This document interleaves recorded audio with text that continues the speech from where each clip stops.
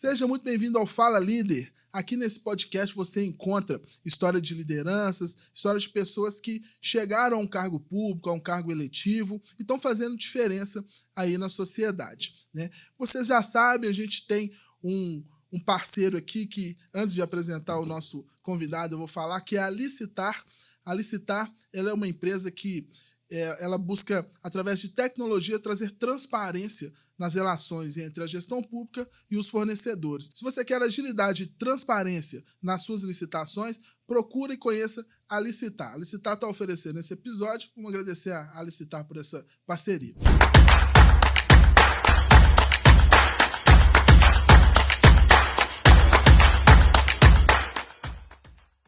Eu quero apresentar para vocês o nosso convidado. Ele é um cara que eu admiro muito e é um grande amigo que a gente tem. Ele é prefeito da cidade de Ribeirão Vermelho, uma cidade que tem trago um exemplo para as outras ali na região, tem sido um exemplo de gestão, e ele está aqui com a gente aqui, doando seu tempo para a gente aprender com ele. O Helder, prefeito de Ribeirão Vermelho. Seja bem-vindo, meu amigo.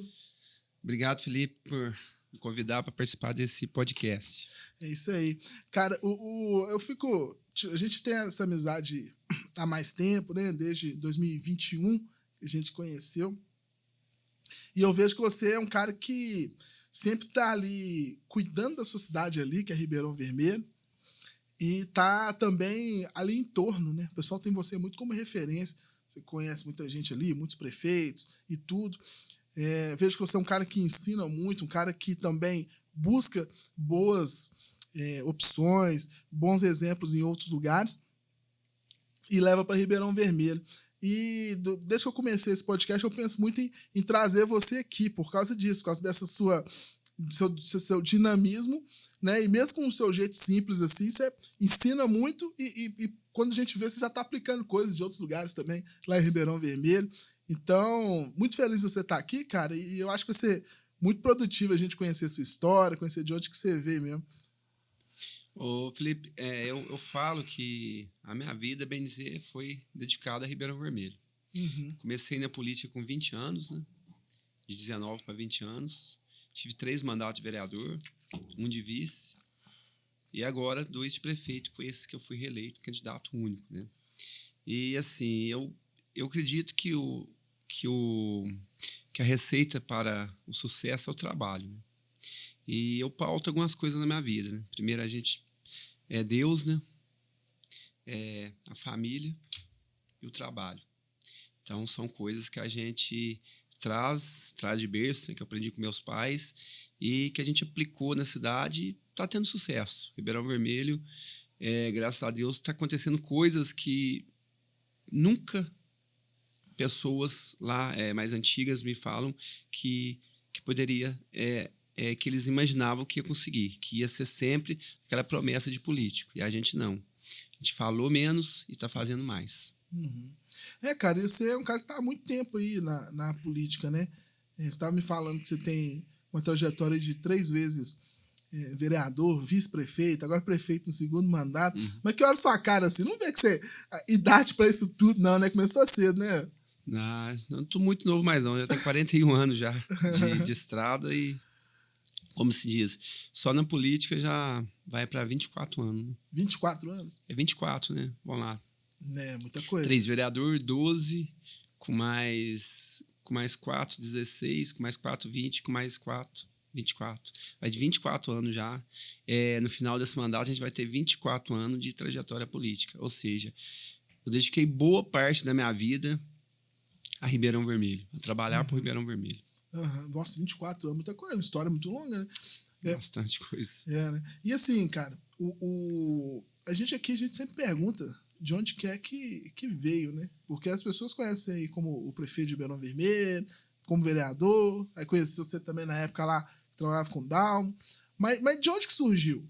Porque assim, né, cara, o pessoal gosta muito de sei lá, né? Porque tudo você já ocupou cargo ali em Ribeirão Vermelho. Você começou aonde? Como é que você é filho de quem? Quem que são seus pais? De onde você veio? Eu morava na comunidade rural que chamava Alvo Botelho. Chama Alvo Botelho, né? Uhum. Eu fui criado lá, estudei numa escola rural chamada Dona Léa Pimenta, depois fui para Ribeirão Vermelho, estudei na escola do estado E minha vida fui criado na roça, lá perto da usina do Funil, né? Meu pai é produtor rural, a gente mexia com leite, tirava leite, fazia fumo e cresci naquela vida ali. E sempre gostei de política. Eu brincava com a minha mãe que eu tinha vontade de ser presidente do Brasil. Ela ainda fala, presidente você não foi, mas virou prefeito, né? E eu fui para a escola, participei de alguns movimentos estudantil. Depois conheci o deputado Dalmo na época. E aí eu fui vereador mais votado, 1, 2, 3 vezes. Fui convidado para ser vice-prefeito. A gente ganhou a prefeitura. Depois de vice, ganhei para prefeito. E depois fui candidato único para prefeito, né? Mas foi sempre essa vida de, como se diz, trabalho de formiguinha. Eu construí toda a trajetória política. E por isso que eu falo, é trabalhar. Não tenho, meu pai não é político, minha mãe não é política, minha família não é de político, não venho de família política, não tive padrinho nenhum político. Ribeirão Vermelho ele era dividido por 2 famílias, né, que sempre se revezavam no poder. Não estou criticando eles, entendeu? E ninguém ousava a tentar quebrar essa situação. E eu peguei e falei, vou candidatar a prefeito. Achava que ia perder. Mas deu certo, ganhamos, né? Ganhamos, estamos aqui até hoje trabalhando. Eu, sinceramente, quando eu candidatei a prefeito, achava que eu não ia ganhar, não, que realmente, até meu pai falava, ninguém ganha desse pessoal, esse pessoal já está aí, é tradicional, e realmente era tradicional na cidade. Mas Deus quis e o povo quis, e a gente conseguiu quebrar aquela tradição, né? E ganhar para prefeito, e deu tão certo que eu fui candidato único nessa eleição. Porque assim, às vezes a gente vê muito, principalmente em cidades de interior, essa questão das famílias, né? É algo que não necessariamente é algo ruim, entretanto, porque os grupos se consolidam, né? Eu consolido o grupo que acompanha o fulano, o grupo que acompanha a família Beltrano. Mas chega uma hora que às vezes as pessoas querem alguma coisa diferente, né? Um trem, alguma pessoa que vem de uma outra trajetória. Porque o que se busca num prefeito é representatividade, né? Então, às vezes, a questão da representação não está de acordo, né? E eu vejo que tem muitos que estão vindo nessa pegada e traz uma filosofia nova, né? Igual, por exemplo, você fala que você veio lá da Rosa, do interior, então você sente na pele, né? O que o povo sente, e na hora de representar vai diferente um pouco, né? O dia que eu te conheci, assim, não quando eu te conheci, né? Mas no primeiro evento que a gente fez junto, eu tava lá na Segov, e aí eu falei, esse cara é diferenciado mesmo. Porque quando veio o Igor, na época era representante do governador, reuni com os prefeitos, você levou no restaurante do Tião Marmita lá, né? Sim, restaurante simples. A gente fez assim, com os prefeitos, né? O chão batido mesmo, de poeira. E, tinha lá uns 30 prefeitos, o secretário de Estado, todo mundo lá comendo a comida boa mesmo, viu? Porque eu passo na Fernão Dias ali, até hoje eu vou lá. Paro lá no Tião e tudo. Mas, assim, realmente, né, entender ali o que é a realidade mesmo, né? O chão batido, o negócio, é ali que a coisa acontece, né? Então, sim, eu acredito que a gente tem que mostrar, a gente tem que mostrar para as pessoas, né? Principalmente para o governador, para o secretário, para o pessoal que está superior ao nosso mandato, a realidade da cidade. A realidade da cidade. E eu falo uma outra coisa também que eu também gosto muito de salientar e falar, é diálogo. Tem diálogo com todos, com direita, com esquerda. Eu sou um homem de diálogo. Sempre fui assim. Às vezes sou criticado, porque, prefeito, você não vai tomar providência certas coisas. Eu falo, gente, tem que conversar, tem que ter diálogo. Às vezes até protelo algumas coisas. Por quê? Para tentar, na maneira do diálogo, de resolver. Então, assim, a gente recebeu o governador, recebeu o procurador-geral do Estado, recebeu também o Igor, na época era chefe de governo, né? Então, assim, a gente recebe todos lá e mostra a realidade da cidade, né? Então, assim, como eu falo para todos, se o prefeito almoça aqui, o governador tem que almoçar, o secretário também tem que almoçar, e a comida é boa, gente. É um local muito bom e mostra a realidade nossa, porque eu acho que quando uma autoridade vai na cidade, a gente tem que mostrar realmente que é a nossa cidade. E a chance é de levar nos lugares, mostrar também as mazelas, mostrar as soluções que a gente deu na cidade, entendeu? E eu acho que no seu período lá também, foi um período que mais teve pessoas de alto escalão vendo realmente a realidade de Ribeirão Vermelho, né? Sim, Porque foi só, você já falou senador três também. aí, né? Não foi senador também. Senador também, né? Assim, a gente procura, igual eu falo para todos lá, gente. O Zema foi em Ribeirão Vermelho, a gente recebeu ele de camisa amarela, como ele gosta. Se o Lula for em Ribeirão Vermelho, ele vai ser recebido de camisa vermelha como ele gosta. Por quê? O meu partido, a minha ideologia é Ribeirão Vermelho. É trabalhar para o povo de Ribeirão Vermelho. Então, gente, a gente vê um Brasil tão dividido por certas coisas. Exemplo, vou te dar, a gente vê essa briga política levando o país para o abismo. Né? Eu vejo essa briga política que está hoje no Brasil, levando o Brasil para o abismo. Eu acho que a gente precisa de líderes que tenham consenso. Consegue pegar A, B, que consiga administrar para todos, né? Então, assim, por isso que eu falo, o diálogo é o caminho para tudo. O senador Carlos Viana esteve lá também, nos visitou. Já 2 vezes, né? O senador já esteve na cidade. Então, assim, a gente usa o município para atrair esses líderes, esses grandes líderes, seja ele de direita, seja ele de esquerda, para a gente poder pleitear recursos altos, como a obra da rotunda, com o procurador está nos auxiliando, vai sair agora mais 3 milhões de sementes, já foi aprovado para a segunda etapa. O governador esteve lá, a gente pleitear não só para Ribeirão, mas a oncologia em Lavras. Essas coisas assim que eu acho que faz a gente, que faz o município ficar grande, recebendo a todos de braços abertos e tendo um intuito, Ribeirão Vermelho. Esquecer ideologia, esquecer diferença política, trabalhar para a cidade. Eu sempre fui assim. A minha gestão é pautada em diálogo, seja com a oposição, seja com a situação, seja com estados, seja com as autarquias estaduais, federais. A gente sempre tem diálogo, para a gente poder fazer muito mais para Ribeirão Vermelho. E região também, né? Agora a gente está no consórcio. E você tocou num ponto importante, nós vamos falar do consórcio também, que eu acho que é algo que você tem muita propriedade para falar. Mas você falou da questão da rotunda. Para quem não conhece, a rotunda ele recebia. Tinha, assim, eu dei uma pesquisada antes aqui, mais de 1.000 funcionários já trabalharam lá, recebia muita carga de ferroviária, né? Trens, manutenção e tudo. Sim. E hoje você está com uma ideia diferente em relação a ela, para ela ser mais uma atração dos olhares da sociedade para Ribeirão Vermelho e assim fomentar, né, a economia e tudo. É algo que era considerado meio que impossível, né? E você devagarzinho vai indo, recebendo recursos, articulando e fazendo a restauração. Queria que você falasse um pouco dessa rotunda, qual que é a importância dela para a cidade, para a região, inclusive, e como é que está essa questão da obra da rotunda, mas para o pessoal entender qual que é a importância dela ali, tanto para Ribeirão quanto para a região. A rotunda de todo o complexo ferroviário. Tem estação, rotunda, a casa da gente, o galpão lá da baldeação, tem também o galpão das oficinas. Nossa rotunda, segundo historiadores falam, e eu acredito, é a maior da América Latina. É uma rotunda que toda a ferragem dela não tem um pingo de solda, é tudo no parafuso.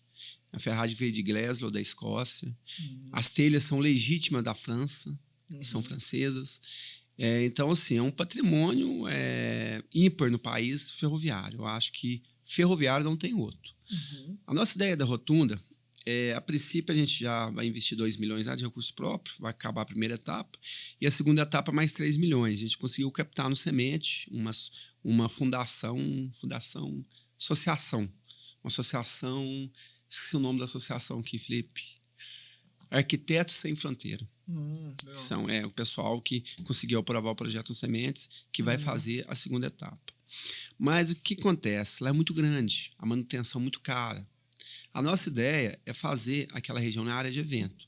A rotunda ser uma arena multiuso, respeitando as características dela, a questão de tanto gente pode, respeitando as regras do IEFA, do IFAM também, né?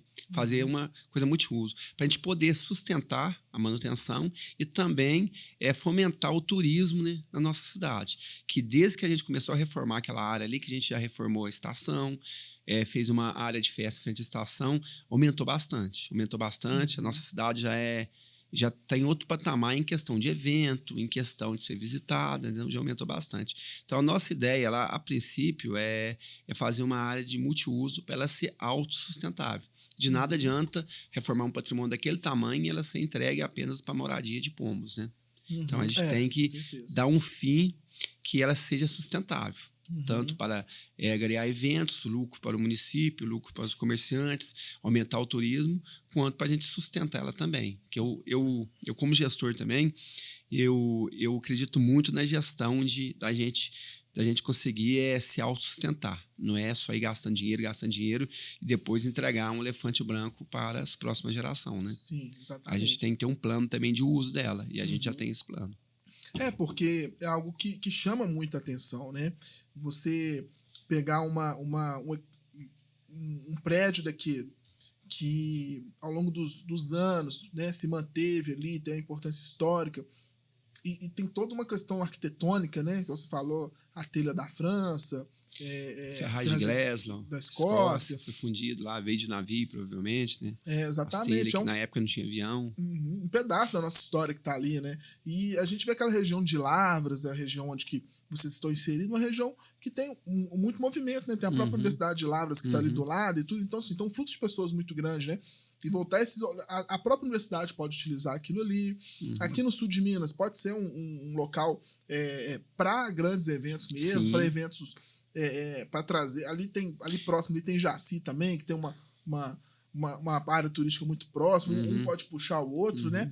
Então essa rotunda não é só uma coisa de Ribeirão Vermelho, é algo regional ali, né? Eu acho que na região não vai ter local nenhum do tamanho daquele ali e tão bem estruturado para fazer eventos, como exposições, coisas assim, eventos que tragam realmente turista, que tragam emprego e renda, que tragam visibilidade para Ribeirão Vermelho. E na reforma, eu queria salientar aqui, a gente está tomando muito cuidado. As telhas foi feita réplica, idênticas. As calhas também foi feita réplicas idênticas. Os tijolos que a gente está reformando, a gente também vai usar idênticos também, réplica. A gente está tomando esse cuidado de fazer tudo como era antes, para realmente, quando você entrar lá, achar que você está na década de 10, no começo do século 20, entendeu? Você vai ter essa sensação. E imagina essas exposições de café que faz, exposições mesmo da MM, quem sabe, a gente pode sediar uma lá um dia, né? Às vezes não é eu o prefeito mais, mas o próximo, entendeu? Então, assim, lá tem tudo para crescer, tem tudo para a gente fazer uma coisa que realmente vai pôr Ribeirão no patamar turístico, no patamar acima de alguns municípios da região, não desfazendo os outros municípios, mas lá tem esse atrativo, essa atração turística, né? Que já se tem um lago e nós tem a rotunda. Não é o lago, mas proporcionalmente também é tão bonito como o lago para atrair turista para a cidade. E uma coisa puxa a outra, sim, né? É tudo região. Uma coisa puxa a outra, muito bom. E assim, entrando nessa parte mais regional, você começou a falar aí, acabou que a gente foi para a parte da rotunda. E assim, uma das suas características, todo mundo te conhece, é que você sempre está envolvido aí nas associações, nas uniões, né? Eu como você, a gente acredita muito que essa questão do municipalismo, um ajuda o outro e vai ficando forte e pode levar as pautas, né, que tem da região ali para esferas maiores e conseguir desenvolver a região, tanto na questão da saúde, educação, infraestrutura e todas essas coisas, turismo, né, que a gente acabou de falar. E você hoje ocupa a presidência do CISLAV e a presidência do Conselho Fiscal do CISU-SAMU. Então, o CISLAV é um né, inclusive até mandar um abraço pro Hugo, que eu falo que, assim, tem muito secretário executivo bom, mas melhor do que o Hugo não tem não, porque o cara tecnicamente impecável, um cara que e também que entende as necessidades tanto, né, dos prefeitos quanto da população, um cara excelente, joga em todos os flancos ali. E o presidência do CISU-SAMU, que é o maior consórcio, né, número de municípios atendidos do Brasil, né? Sou suspeito para falar de CISU, né? A gente tem suspeito para falar, mas você agora está na presidência do Conselho Fiscal.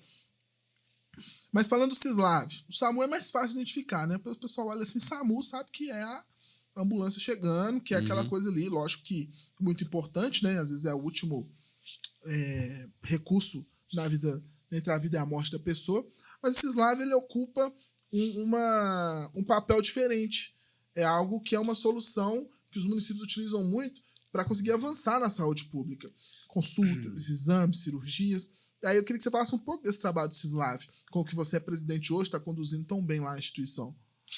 O Sislav é um consórcio no qual tem 12 municípios hoje, atende aproximadamente 200 mil habitantes. E o Sislav, o que ele é? Ele é para facilitar, né, os municípios a ter acesso a exames especializados, consultas com médicos especialistas. A ideia do Sislav é essa, entendeu? De facilitar os municípios a chegar, ter esse acesso mais fácil. E eu, como presidente, a primeira medida que a gente tomou lá é tentar baratear esses exames para o município, ou seja, fazer mais com menos, né? Então, uma luta nossa para a gente baratear os procedimentos, para a gente conseguir atender mais a população na micro-região de Lavras, dos 12 municípios ali. Também a gente está trabalhando, a gente está construindo agora lá um centro de especialidade, onde a gente vai ter em rede própria, né? A gente pretende ter lá tomografia, para a gente ter ressonância, endoscopia, eco, entre outros exames, barateando o preço desses exames para levar para a população, né, para os 200 mil habitantes daquela micro-região. Saliento aqui que a gente isso é um projeto, a gente está construindo, a gente precisa de recursos, tanto do Estado, do governo federal, para a gente conseguir fazer, atender essas demandas de tomografia, ressonância, mas a princípio a gente vai ter vários consultórios médicos lá, né, para a gente já ter os médicos especialistas atendendo lá, a gente vai ter ultrassom, algumas coisas lá, a gente baratear. Então, eu acredito que vai ser inaugurado no meu mandato, esse centro de especialidade, um investimento de aproximadamente, acho que 900 mil de obra, e deve ter mais um investimento aí de uns, eu não tenho aqui na cabeça, mas deve ser uns 500, 700 mil de equipamento, né? Tem que ver com o Google lá depois direitinho, o tanto que a gente tem para investir lá. Mas isso conseguiu o governo do estado, entendeu? Um recurso para a gente construir e equipar em partes. E a gente está correndo atrás agora da ressonância, tomografia, de outros aparelhos mais caros, para a gente poder levar esse exame mais barato aos municípios. Chegando mais barato aos municípios, em vez de fazer um, eu vou fazer 2. E isso chega lá na fila, lá do município de Ribeirão, do município de Jaci, do município de Ibituruna, do município de Ingaí, do município de Lavras, chega lá na fila, fazendo as filas diminuir. E diminuindo a fila, o final dessa somatória tudo é salvar a vida, né? Que quanto mais acesso a exames especializados, consultas especializadas que a população tem, a gente consegue poupar vidas, né? Que a gente consegue prevenir, a gente consegue tratar as doenças de maneira antecipada para essas pessoas não chegar a óbito, né? Então, a luta nossa é essa. Cada centavo que a gente consegue diminuir de procedimento é mais exame lá na ponta e salva mais vida. Com certeza. E assim, você, a gente vê que você tem uma vocação clara para a área da saúde, né? Você está no consórcio que cuida, né, dos exames, das consultas, das cirurgias, né? Lá tem cirurgia também? Tem cirurgia. Cirurgia letiva tem e cirurgia. Tudo? Algumas cirurgias que a gente não consegue resolver via Estado e União, né? Assim, aí a gente conflita um pouco, porque a gente acaba tendo que fazer o papel do Estado da União. Porque a alta complexidade média não é dever dos municípios, né? É dever do Estado da União. E a gente acaba tendo que fazer isso. A gente não pode deixar o nosso paciente morrer no hospital. Então, a gente tem as alternativas lá, cirurgias credenciadas, para a gente não deixar o paciente como se sem a cirurgia e vir até a óbito, ter sequelas graves, entendeu? Porque prefeito não quer deixar um paciente, como se diz, vir a óbito, ter sequelas graves que não operou. A gente acaba fazendo um esforço e pagando uma cirurgia para um paciente, entendeu? Todos os prefeitos fazem isso na micro-região ali. Acredito que nos outros consórcios também. A gente acaba tendo que fazer o serviço do Estado da União. O consórcio ele foi uma solução, ele é uma solução que faz muito sentido, né? Porque o município sozinho, né? O Lar Ribeirão são quantos habitantes? São 4.500 habitantes. 4.500 habitantes. Fica difícil ter essa estrutura toda, né? Então, o consórcio você consegue juntar 10, 12 municípios, você consegue bancar aquela estrutura com a ajuda da União do Estado, e com isso, o município consegue realmente sanar coisas históricas, né? Porque a gente via essa questão de fila de cirurgia, era uma coisa era muito triste, né? Muito difícil. E de exame, essa fila, e a gente vê que o consórcio consegue dar vazão a isso, e é uma solução que envolve todos os entes, mas é principalmente os prefeitos, né? Mais uma vez, os prefeitos tomando frente e buscando resolver uma situação, que a coisa acontece no município, né? Acontece dificilmente... Eles batem na minha porta. Dificilmente vai bater, assim, nunca vai conseguir, não consegue nem chegar a bater lá na porta do Lula, na porta do governador Zema, né? Não bate, né? Vai bater na sua. E o que é problema do Estado é problema seu, né? Porque, tipo assim, isso é o Estado que cuida. Mas não vai cuidar, então. Não, é o prefeito. É o prefeito, não tem jeito. E assim, eu fico muito admirado pelo trabalho que faz. E no seu caso mesmo, você vai do início até o fim, né? Você começa lá na primária, lá no município, vem para a média de alta complexidade. Se precisar de urgência e emergência, aí vem através do SAMU. Você está envolvido em tudo, várias vezes, meia-noite, eu vou na Santa Casa de Lavras, eu vou no Hospital de Ribeirão, eu ligo pro SAMU, eu ligo pro superintendente regional, Luiz, que me atende, muito bom superintendente também. Então, se a gente liga pros diretores do hospital, eu tô sempre ali, na lida ali, entendeu? Tanto no meu município como no Cislave, para a gente tentar resolver. Essa semana mesmo, tinha um paciente internado na Santa Casa de Lavras, esperando há dias para fazer uma cirurgia. A gente ligou aqui no regional, ligou para o superintendente, ele foi transferido. Então, a gente sempre faz esse papel. Prefeito de cidade pequena, eles são secretários de saúde também. Pelo menos eu, lá na minha cidade, eu sou um secretário de saúde, além de prefeito. Eu estou sempre na lida, eu estou sempre ali. Eu acho que eu seria um melhor secretário de saúde do que prefeito. Né? Se eu ficar só na saúde, eu seria um melhor secretário de saúde do que prefeito. Eu tava conversando agora, contar pro povo aí, tava conversando agora, tô meio com a garganta meio ruim. Ele já me receitou os remédios que precisava. Você tomar astromicina, quando não sei o que, não sei o que, não sei o que. Eu falei, vou confirmar o médico amanhã, vamos ver se você tá bom mesmo na receita. Porque a gente lidar com tanta situação que a gente vai aprendendo. Quando meus filhos ficam doentes, eu falo pra minha esposa, leva no médico. Mas é isso. E acaba sendo aquilo mesmo, entendeu? E assim, porque a gente lidar, tudo que acontece no município, quando a coisa aperta mesmo na saúde, eles vêm atrás de mim, lá em Ribeirão Vermelho, entendeu? Então, a gente tem que correr atrás, olhar, credenciar novos médicos, ver novos lugares para atender, novas referências, vem atrás de mim. Saúde hoje em Ribeirão Vermelho está em outro patamar, né? Saúde nossa é boa, A gente tem... A gente caminha passos largos para zerar as filas de quase tudo, entendeu? A saúde nossa é boa. A gente tem algumas questões ainda de angiologia, ortopedia, estamos resolvendo tudo agora, de neuro, mas a gente caminha passo largo para a gente conseguir zerar a fila de cirurgia total e fila de exame, acredito que até o final do ano a gente vai conseguir zerar também, entendeu? Que, assim, a gente lá vai regulamentando, a gente está colocando uma auditoria nova, para a gente poder fazer esse gerenciamento. Porque eu falo, pessoal, a gente tem que conseguir coisas mais baratas para a gente conseguir fazer mais. Então, a gente vem fazendo muita coisa credenciada no município também. A gente fez convênio com o Hospital de Poço Fundo, temos parceria com Santa Casa de Lavras, Vaz Monteiro, Hospital Regional, a gente manda o pessoal para o Samuel Libânio, Hospital da Baleia. Então, é uma rede muito grande, entendeu? A gente sabe que a gente não consegue resolver tudo, mas... a gente trabalha ali na média 7, entendeu? Se fosse assim, no meu ponto de vista, é uma média 7 ali. Tem coisa para resolver? Tem. A gente está trabalhando para resolver? Tá. Mas só não foi resolvido porque a gente não achou, como se diz, o caminho ainda. Entendeu? Mas a gente está trabalhando para achar. Tá trabalhando, né?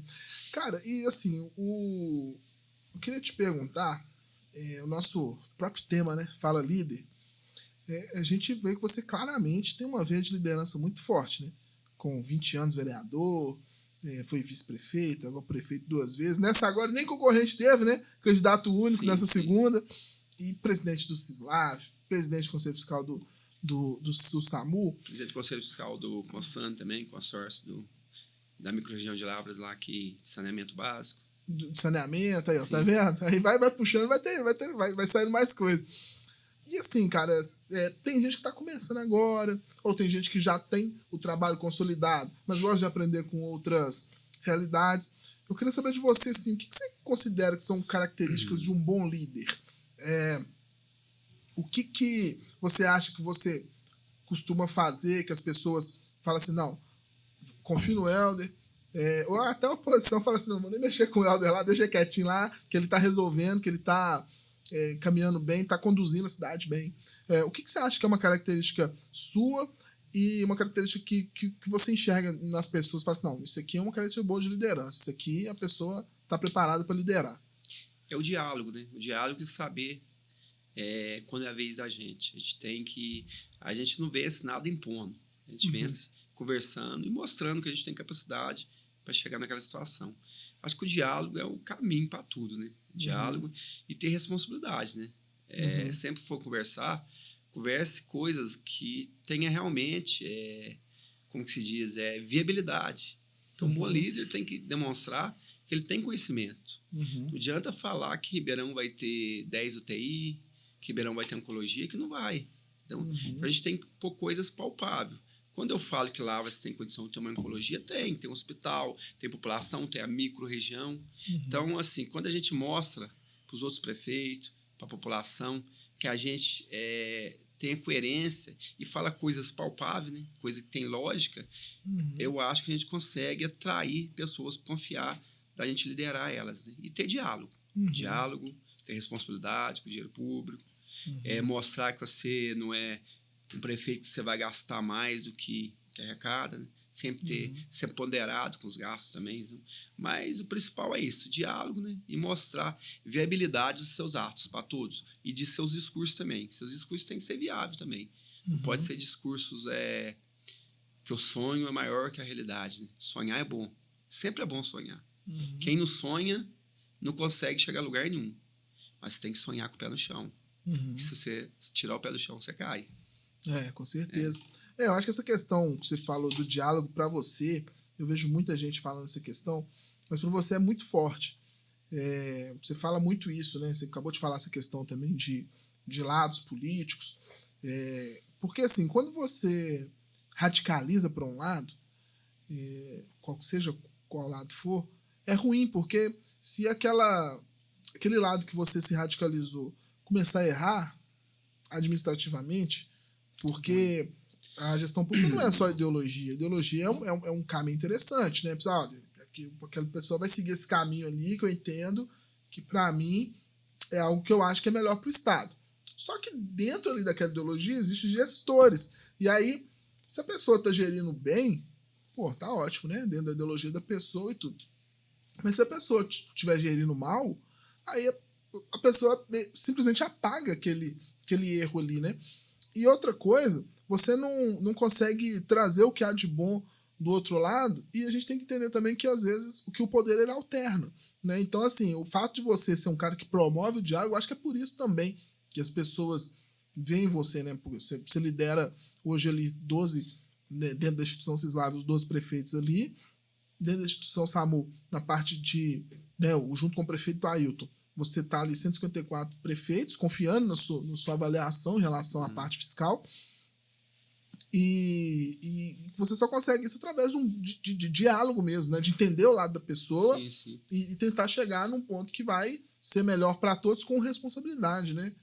Que é isso. Não, sim, a gente tem que ter diálogo, e graças a Deus que tem alternância de poder. Tanto Ribeirão, como no estado, como no país. Eu acho que a gente tem que aceitar as diferenças, entendeu?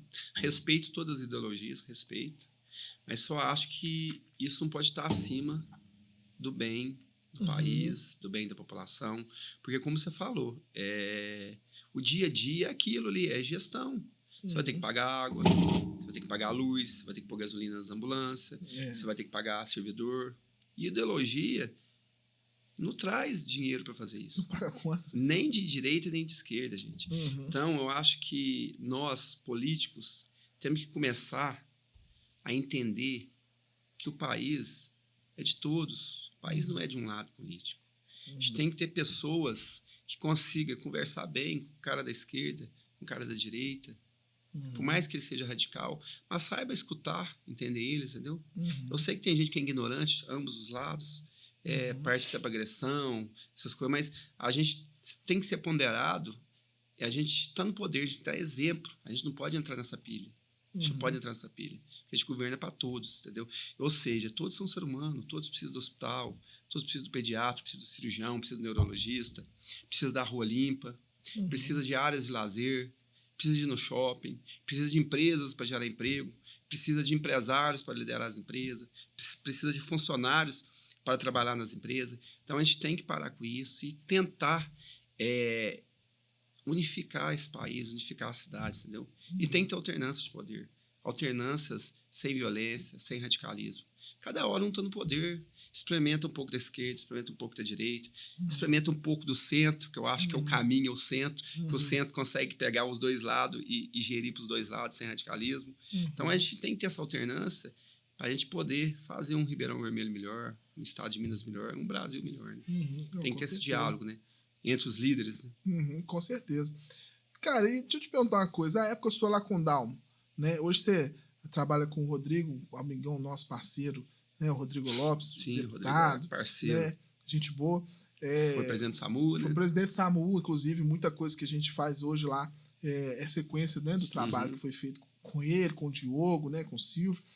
E com o Dalmo, como é que foi essa questão, a sua época de trabalho lá com o deputado? Como é que foi, assim, seu trabalho lá com os prefeitos, com o pessoal? O Dalmo é um cara de consenso, né? O Dalmo é uma pessoa que conversa com todos, né? Conversa com quem é do PT, com quem é do PL. E aprendi muito com ele, né? Eu falo que o Dalmo foi um professor nessa questão de diálogo meu, entendeu? Gestão não. A gestão eu falo que eu aprendi muito, que eu sou da zona rural, aprendi muito com meu pai. Meu pai mexia com leite, quem mexia com leite sempre trabalhava no limite. Aí a gestão, eu aprendi muito que aquilo trabalhar no limite. Aí eu giro a gestão da prefeitura, eu sou um pouco econômico, austero, eu aprendi com isso. Agora a questão de diálogo, eu aprendi muito com o Dalmo, porque eu conseguia conversar com todos, né? E agora eu tô aprendendo muito com o Rodrigo da mesma idade, minha, tem o mesmo perfil. É jovem, tem muito futuro e é um homem de diálogo também. Conversa com todos, conversa com o governo, conversa com o Rodrigo, senador, Rodrigo Pacheco. A gente vê que é um homem de muito diálogo também, entendeu? Então, essas coisas somadas conseguiu moldar o que eu sou hoje politicamente, entendeu? Lá de trás. Você ia muito para a Assembleia? Você fazia mais o trabalho aqui na região? Não, era mais regional. Na região? Era mais regional, né?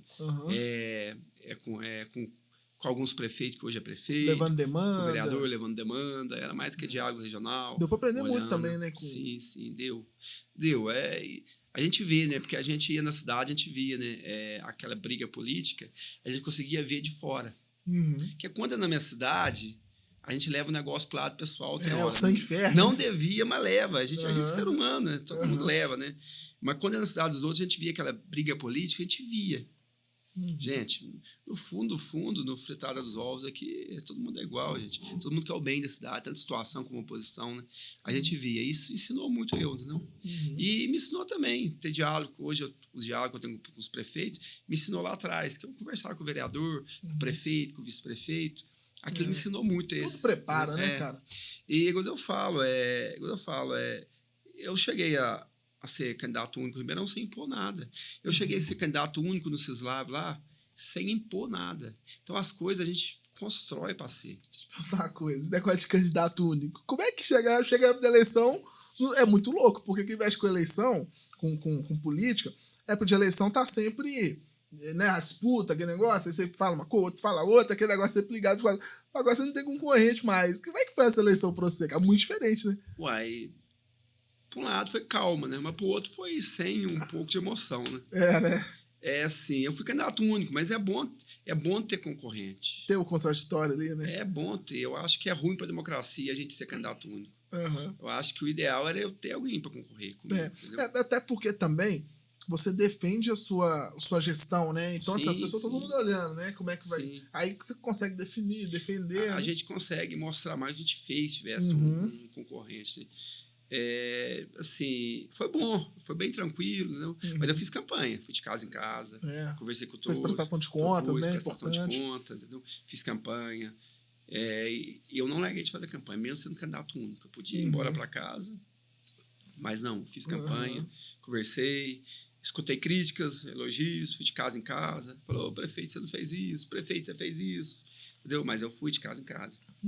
Escutar, porque eu acho que a gente não vive só de aplausos, não. A gente tem que ser cobrado também, isso é bom. Isso é bom para estimular a gente a fazer mais. Entendeu? Você falou lá do seu pai na época do leite lá, na roça. Como é que foi essa época aí? Não, desde criança a gente tirava leite, lá no Novo Botelho, né, a gente tirava leite na mão ainda, porque meu pai comprou ordenha. A gente fazia fumo, fumo de corda, que lá de Poço Fundo que tem muito. Lá em Ribeirão não tem muito mais. A gente fazia, coachava fumo, instalava fumo. Aí tinha um pessoal que trabalhava com meu pai na época que fazia fumo, era um monte de mulher. E foi ali que eu também, junto com a escola, que eu falei, vou candidatar a vereador. Aí vou votar no você. E eu sempre gostei de política. E ganhei.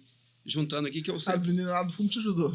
Ajudou. Ah, tá certo. Na época eu tinha 19 anos, mais ou menos. Aí a gente fazia fumo. Aí seu pai mexia com leite, com fumo? Com leite e fumo. A região nossa não tem café, não. É mais leite, fumo mesmo. E plantação de milho agora também está crescendo, lá em Ribeirão Vermelho. Tem soja Estudava também. lá na zona rural mesmo? Estudava. E na escola era minha tia, casada com meu tio, que era professora, e a minha mãe era cantineira. A minha tia ainda falava que a minha mãe... em casa. Eu não gostava de acordar cedo, minha mãe levava arrastado pra escola, quando eu era criança. É mesmo? Difícil. Mas nesse frio, difícil. né? Aqui faz frio demais. Sul de Minas, pelo amor de Deus. Na época de chuva, época de frio, a minha tia falava... 7 horas da manhã. Você fica passando a mão na cabeça desse menino que não vai dar nada, não. Minha tia falava. Falava? Nossa. E sua mãe? Brigava, não? Não brigava nada, minha mãe é de boa. É porque a minha mãe trabalhava na escola, a minha tia e mimava muito. E você dá com as meninas? Hoje eu tenho uma menina de 18 anos. 18? Nossa, começou muito cedo. Você é precoce mesmo. Tenho o João, de 5, e o Pedro, de 2. Ah, sim. Agora acabou. Tudo atleticano, né? Tudo atleticano. Ah, tá certo. Tem que ser galo. Tá certo, tem que ser, né? Tudo atleticano. Tá certo. O terror dos flamenguistas, né? Né? Pois é, tá vendo? Como sempre, né? Mas aqui, ó, deixa eu te falar uma coisa, cara. Nós vamos partir pra encerrar. Eu queria saber de você... O que você acha que foram os marcos seus lá da prefeitura? O que você acha que você contribuiu ali, que você acha que avançou? Uma coisa que a gente tem, desde que está mais de fora, a gente vê essa questão da rotunda como uma marca muito forte sua, né? Porque, claro que tem todas as questões administrativas ali, de organização, mas esse eu acho que é o algo a mais, né? É o fôlego a mais. A gente sempre tem aquele básico ali. Tem gente que consegue fazer o básico, tem gente que não faz nem o básico, tem gente que faz o básico e o algo a mais. Eu acredito que essa luta sua, tanto na saúde quanto na rotunda, é o seu algo a mais, assim, que você tá caminhando e vai deixar um legado sem precedentes ali na história da cidade. E o que mais, cara? Outras coisas? O que você acha que a gente nunca foi feito em Ribeirão? Por exemplo, Ribeirão, a gente está levando uma empresa para lá, né? Investimento privado, a gente levou luz, apoio institucional, que está gerando já aproximadamente 100 empregos, que é a Fox Palito, né? Então, a gente, através do nosso trabalho institucional, levando a infraestrutura de trifásica e água para essa empresa, ela já está em Ribeirão Vermelho gerando aproximadamente 100 empregos. Uma outra coisa que Ribeirão também eu não fazia, eles faziam asfalto. Simplesmente jogava aquele pinche em cima do paralelepípedo lá. A gente não. Toda vez que a gente vai fazer asfalto, a gente faz captação de água pluvial e esgoto novo. Todas as ruas que eu asfaltei, a gente fez captação de água pluvial e esgoto, né? Uma outra coisa também que eu queria salientar muito, a gente pegou um município com várias dívidas, né? Dívidas trabalhistas. A gente equacionou. O município hoje não tem precatório. Hoje, o município, a gente zerou todas as dívidas, negociou. A gente devia, a gente chamava a pessoa que a gente devia e falava, a gente vai pagar, dá um desconto, dava desconto de 20%, 30%, 10%, de 10% a 30%. Dava desconto e pagava. O que eles tinham que fazer com galo, né? Mas não fazem, né? Então, a gente conseguiu zerar as dívidas trabalhistas, dívida com empresas, a gente conseguiu zerar. A gente entrou no município, tinha 2 meses de plantão médico atrasado, a gente conseguiu equacionar tudo, não deve nada. Hoje o município tem dinheiro em caixa, tirando lá que foi desviado lá através da Caixa, a gente perdeu acho 600 mil reais. Teve isso aí também, Teve. A gente deve ter mais ou menos uns 3 milhões de recursos próprios em caixa e mais aproximadamente uns 7 milhões de recursos vinculados. Então hoje a gente trabalha quase 10 milhões de recursos recursos em caixa do município, entendeu? Trabalhando muito, né? Conseguindo emendas para aumentar. Então, é um marco nosso, a questão de austeridade, de levar as contas públicas de maneira austera. O município de Ribeirão hoje tem fama de bom pagador, não deve ninguém, e a gente não vai deixar herança nenhuma para os próximos gestores. A gente vai deixar um município totalmente saneado, com zero precatório, e todas as dívidas trabalhistas equacionadas, pagas. Ah, isso é muito importante, né? Porque para crescer... Tem que arrumar casa, né? Como é que foi essa questão, cara, desse ataque hacker? Aconteceu em outras prefeituras também, né? Acho que aconteceu uns 7, né? E a Caixa não quer devolver o dinheiro pra gente. E assim, e se a culpa fosse nossa, tinha entrado em outros bancos, né? Concorda? Concordo. Aí só foi na Caixa. E a gente tinha um dinheiro lá guardado lá, dinheiro de investimento, que a gente quer fazer até uma obra grande lá. Eles foram lá e desviaram, fizeram operações atípicas, né, fora da hora de expediente. E a segurança do banco? E a segurança do banco, simplesmente, a gente vai judicializar, tá esperando uma resposta. É um absurdo, né? É um absurdo. Exemplo, se a gente tivesse precisando desse dinheiro para pagar a conta, o que ia acontecer? Pois pagar salário de funcionário, já pensou? A gente tem austeridade, a gente tem as contas em dia, entendeu? Mas tem município que pegou 2 milhões, eu acho que foi... Indo para Belo Horizonte, que é Itaguara. Acho que foi Itaguara, pegou 2 milhões, no município de Cia, foi 8 municípios. E tudo caixa. Tudo caixa. Entraram lá e fizeram a festa. E o sistema da Caixa deixou.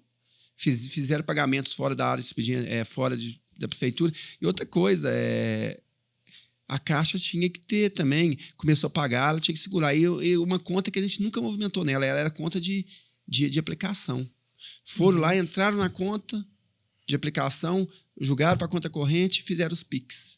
PIX, transferência, várias de 20 mil, 15 mil, entendeu? E foi fazendo até dar 600 mil reais.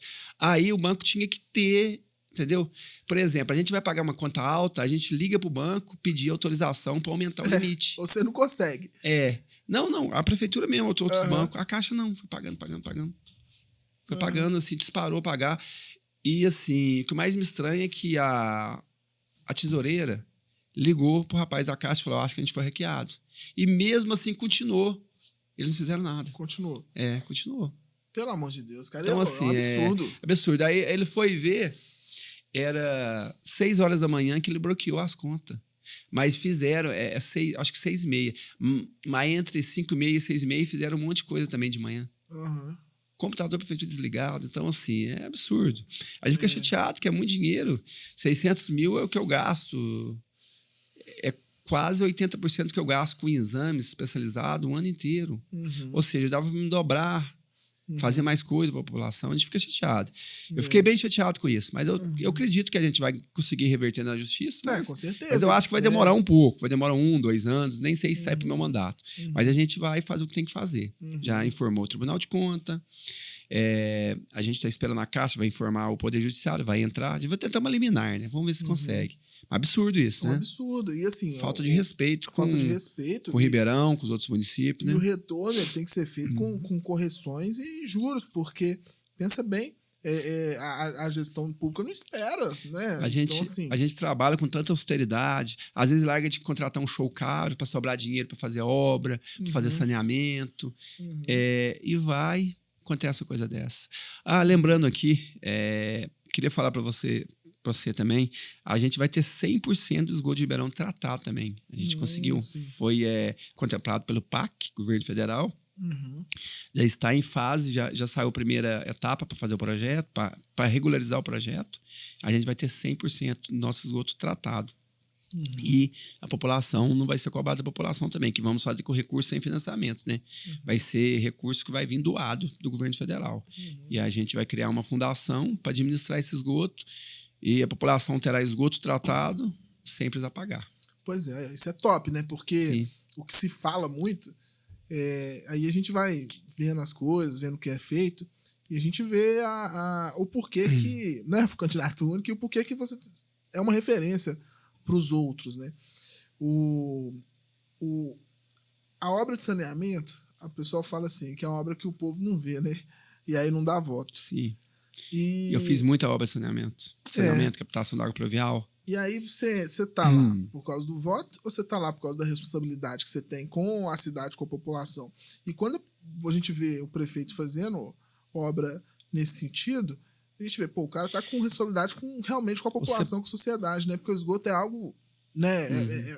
É algo da qualidade de vida humana, né? E assim, é como, né, que a gente brinca, né? Não dá voto e pegar é muito investimento, né? Sim, outra coisa, você pode, quem acompanha minha rede social, ver várias obras de saneamento que eu fiz, captação de água pluvial, a gente trocou vários bairros, manilhas de barro que era para o esgoto, vários loteamentos no passado que ex-gestores, não estou criticando eles, que aceitaram os loteamentos, tudo mal feito, a gente está refazendo. Então, assim, poucas pessoas vê, mas a maioria das minhas obras mais impactantes, a não ser a rotunda, a não ser a reforma das quadras, a construção de escola na zona rural, que mais impacta menos na população, acho que são a questão de captação de esgoto. Porque várias casas, tem gente que morreu em Ribeirão vendo o esgoto voltar nas suas casas e não resolver. No meu mandato, a gente resolveu muita coisa de esgotos que voltavam nas casas. Pessoal, tem muita gente que nem lembra. A gente fez uma obra lá no Eduardo Rocha, que popularmente conhecido como Reta, foi 600 metros de manilhamento e esgoto, que resolveu um problema de um bairro inteiro. Tem gente que nem lembra. Muitas pessoas falam, prefeito, eles nem lembram disso, você tem que ressuscitar, mostrar isso. Falo, não, a gente vai mostrar. Mas são coisas que realmente resolvem o problema, né? Que muita gente gosta, vê que a festa bonita, vê a rua asfaltada, mas debaixo daquela rua asfaltada tem que ter um esgoto bem feito, uma captação de água pluvial, entendeu? Não pode ser só na maquiagem, né? Antes de fazer a festa bonita, a gente tem que honrar os compromissos com os médicos, com os exames, com os servidores públicos que a gente devia, entendeu? Então, a gente tem esse serviço de estruturar o município que muita gente não vê, entendeu? Mas o município de Ribeirão, economicamente, é um município que eu falo exemplo. Por quê? A gente não tem um precatório esperando. E todas as obras que a gente fez foi bem feita. Não tem nenhuma desmanchando. Todos os loteamentos que a gente está liberando, o empreendedor tem que fazer tudo que manda a engenharia. O esgoto bem feito, a rede pluvial bem feito, o asfalto de 5 centímetros, como manda a engenharia. Então, a gente exige muito isso, entendeu? Que muita gente não vê. Mas a responsabilidade nossa é de fazer isso para não deixar problema para os próximos gestores, como eu peguei. De vários problemas do passado, de saneamento básico, rua mal feita, bairros que foi feito lugar que não tinha drenagem, de brecha, a gente está fazendo, entendeu? Exemplo, na área econômica, de dívida com o servidor de férias-prêmio, dívida com empresas que a pessoa entrou na justiça, a empresa sumiu, cobrou da prefeitura e ganhou. Então, várias coisas que muita gente não faz. Deixa isso, deixa virar precatório, vou ver, mas uma hora a conta chega. Com certeza. E o dia que eu não estiver na prefeitura, minha mãe vai precisar do hospital, meu filho, eu vou precisar. E às vezes é que o precatório chega e inviabiliza a saúde nossa. E, às vezes, um parente meu, eu mesmo, vou vir a óbito porque não teve atendimento no hospital, por causa de uma falta de responsabilidade do gestor lá atrás, minha ou de outro gestor, entendeu? Então, essa responsabilidade eu levo muito a sério. Nossa, eu fico feliz de escutar isso, cara, porque essa responsabilidade a gente não vê em qualquer gestão, não vê em qualquer cidade. Vou fazer igual o Manga, assim, você é igual o Manga, vem morar em Ribeirão Vermelho, o melhor lugar pra se viver. Eu tô pensando seriamente pra ir pra lá, porque aqui, eu sei ainda, além disso, você tem bom gosto. Você tem bom gosto, porque teve um show lá do Rodriguinho, cara. Aqui no sul de Minas quase ninguém traz pagode. Quase ninguém traz. Você levou o Rodriguinho. A gente tem que levar um outro pagode lá. Tem que levar. Eu vou lá prestigiar. Depois você vai me dar umas dicas aí. O Rodriguinho tá com uma voz um pouco comprometida. Mas mesmo assim, cara, vou te falar uma coisa, né? No Big Brother o pessoal falou, Rodriguinho é escroto, não sei o que, eu votava nele pra ele ficar. Porque, porra, vou votar em Davi. O cara fez a trilha sonora da minha adolescência do Rodriguinho, pô. Aí eu vou votar em Davi que não deu. Pra quê? Então, assim, você levou um cara lá, leva só show bom gosto, e é um bom gestor também. Um gestor que pensa aí na... Você fala em o pessoal querer morar em Ribeirão, muita gente, para usar a saúde de Ribeirão, tenta transferir o cartão de SUS para lá. A gente está até tomando algumas providências de auditoria lá, senão a gente não aguenta bancar tudo. Muita gente... Uns estão mudando mesmo para Ribeirão. Mas eu falo, gente, vocês querem tratar de saúde, muda para Ribeirão. Compra lote e constrói em Ribeirão. Eu moro em Lavras, moro em Perdões, a saúde sua. Eu moro na divisa, gente. A saúde de Ribeirão para o povo de Ribeirão. Isso aí. Urgência, emergência, a gente atende. Mas saúde eletiva é pro nosso povo. Mas muita gente tenta tirar o cartão do SUS lá para ter o atendimento, que é mais rápido. mesmo? Você consegue uma tomografia rápida, você consegue uma ressonância rápida, você consegue uma endoscopia rápida, você consegue uma cirurgia eletiva rápida. Então, muita gente quer ir para lá. Então, vocês são convidados para ir para Ribeirão. Mas comprem lote, construa lá, ou alugam uma casa e vão morar lá. É isso tá? aí, tá certo. Então, assim, é uma cidade que está crescendo. A gente... a empresa é grande pra lá. exemplo, cidade pequena... Eu acho que a única da região que levou uma empresa lá de médio porte foi a gente, entendeu? A gente corre atrás. É assim... E eu falo, o segredo para isso é trabalho. Trabalho, responsabilidade. É como a vida da gente. Se a gente leva uma vida... Se a gente é uma pessoa honrada na vida da gente, paga as contas da gente em dia, cuida bem da nossa família, a gente vai cuidar bem da cidade. É o que eu faço. Eu cuido da minha cidade como se fosse minha família, né? Então, eu quero o bem da minha família, eu quero crescer, eu quero ter posses, como se diz, eu quero que meus filhos estudam, eu quero que meus filhos tenham um sistema de saúde bom. É o que eu quero para Ribeirão Vermelho. Então, tudo que a gente faz para Ribeirão Vermelho é um reflexo que a gente teve na família da gente, tanto meus pais como a minha família agora que eu construí. Não? Nossa, e assim, com essa, eu cuido da minha cidade, como eu cuido da minha família, nós vamos encerrar. Cara, parabéns, tá? Assim, te agradecer imensamente por esse tempo que você teve aqui, por essa troca de experiência, poder aprender um pouco com a sua história, com a sua trajetória, e dizer que, assim, a gente que acompanha seu trabalho já, né, há 5 anos aí que a gente conhece, a gente vai acompanhando, fico muito feliz e orgulhoso, cara, de poder caminhar do seu lado, de poder acompanhar e poder estar junto aí nos projetos e dizer que isso é um exemplo, velho. Isso é um exemplo, continua assim e parabéns pelo trabalho aí, viu? Obrigado. Velho. É isso aí, obrigado pelo convite, tá? Estou à disposição e para quem quiser ir morar em Ribeirão, venham morar em Ribeirão. Tá certo, tá certo. Muito obrigado. E vamos encerrar mais um aqui com o Helder, prefeito de Ribeirão Vermelho. Vocês viram aí um exemplo de gestão, um exemplo de gestor público, né? De líder, muita ferramenta, muita coisa que ele faz ali para fazer funcionar. E agradecer mais uma vez a Licitar, que é um oferecimento desse episódio aqui, agradecer nossa parceria e dizer que continuamos trazendo novas histórias. Segue aqui o canal, curte aqui o vídeo e até a próxima.